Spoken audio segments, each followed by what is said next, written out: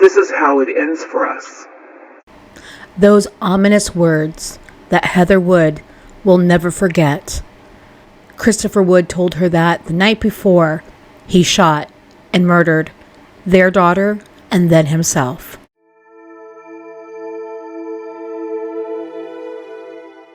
Yeah, Ryan, we're told the ninth grader never showed up to school today. The junior high then contacted her mom, who then contacted police and asked them to go check on her daughter, who was staying with her father here on Triangle Place in Baldwinsville.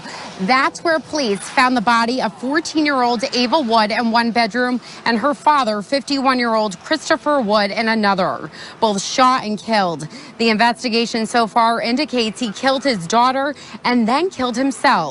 Ava Wood was a 14-year-old girl. She was in ninth grade at Durgee Junior High. She was an excellent student. She was a soccer player. She loved her friends. She loved her family.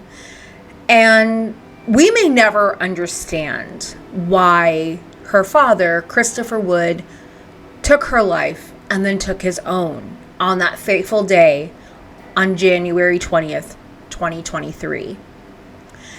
It is reported that he had bought the gun. He had bought a shotgun about 16 days before on the 4th of January. And because even though he was under investigation for stalking, it wasn't enough to arrest him apparently, and it didn't stop him from buying a shotgun. I feel like that's something we need to lock up, like the city of New York has better laws than New York State broadly, and I think had they lived in New York, he wouldn't have been able to buy it in New York at least. But the fact that he bought it 16 days before he murdered his daughter and then killed himself tells me that this was somewhat premeditated. At least, it had to have been premeditated. I don't know if the night that he did it, they're not sure if it happened either Thursday night or Friday morning, early hours of Friday morning. But it has been determined as the 20th of January was the day of death for both of them. I can't imagine being Heather Wood is Ava's mom and the estranged wife of Christopher. 2 days prior to him committing this crime, this heinous act, he had sent some threatening texts to his wife Heather, and they were not living together at this time. They had been separated for a while and they were living apart from each other. And it turns out that Ava lived mostly with her father. And Ava even texted her mom Thursday evening, and nothing seemed out of the ordinary to Heather. But the day before the murder, Christopher had told Heather, "This is how it ends for us." And I feel like that is a little bit ominous. I don't know. I don't know if that would pique my, red flag bell, my warning bells, my red flags, had I been in her situation. I can't tell you. But it just feels like, of course, in retrospect, we know that was pretty ominous. But to Heather at the time, I doubt it felt that way. I can't speak for her. I've never talked to her. But from the sense I get from everything I've read about this case, that there just didn't seem to be... He didn't seem... Even though there was a couple domestic issues previously, he didn't seem violent. So this was something that just kind of came out of nowhere. He did leave a note, but the thing is, I've not been able to find that. I was trying to find it, and one news report from Syracuse News had talked about a suicide note, but they didn't actually publish it. I'm wondering if what it really said. And I think that would be And they have no, maybe Heather didn't want that read to everyone, because it could be pretty private for why he committed this crime. It's just heartbreaking. Whenever a child is murdered or killed, it's a loss. It's a loss not just for, the parent, for Heather, but for her friends and her whole community that loved her. Her whole soccer team, felt this impact and probably still does. Ava loved to play soccer. She was competitive as they come. She was kind, gentle, and had the most loving spirit. She loved her teammates, her friends, and shared many memories on and off the field with them. She was deeply adored by her mama and her family, and she instantly stole the hearts of all those around her. Ava, our beautiful friend, was such an amazing, funny, competitive young girl who could always make you laugh by the silliest things she said and did. She always brightened everyone's day with her infectious smile. Her light still shines so bright in our hearts and always will. Now, I want to take a moment and talk about mental health because I feel like there's so many things like this that happen that if we had better mental health in this country, these things wouldn't happen, from my standpoint. Now, I'm not a professional, I'm not a psychologist, a counselor, anything like that, or any kind of therapist.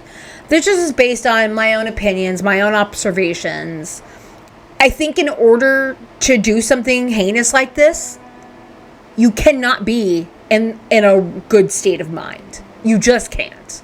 I believe that you would have to be mentally unhealthy to get to this point. To think it's better to kill your daughter and to kill yourself.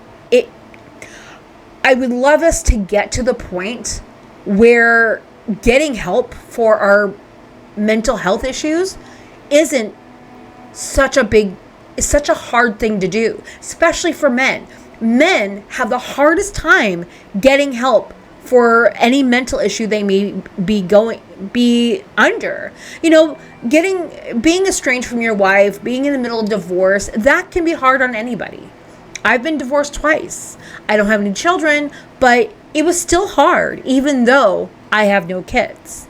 That's not an easy thing to go through. You go through things like depression and anger and sadness, and I don't know who broke it off with who, but I have a feeling it wasn't him. And I have a feeling that Christopher was having a really hard time dealing with that. And this is not to defend him in any way, because what he did was awful. What he did was heinous. What I'm saying is that we need to look at root cause as to why people get to this point in the first place.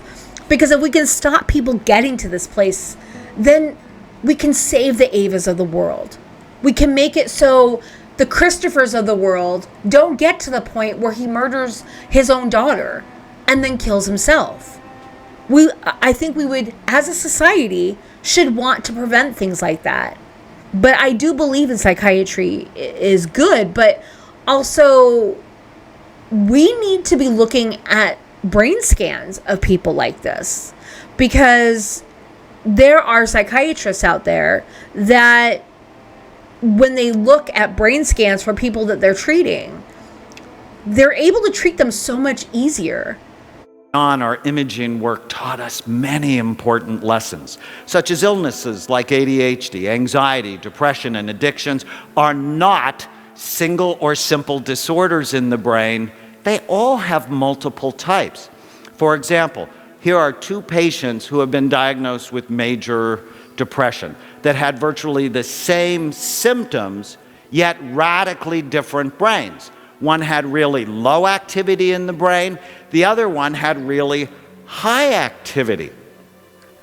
How would you ever know what to do for them unless you actually looked? Treatment needs to be tailored to individual brains, not clusters of symptoms.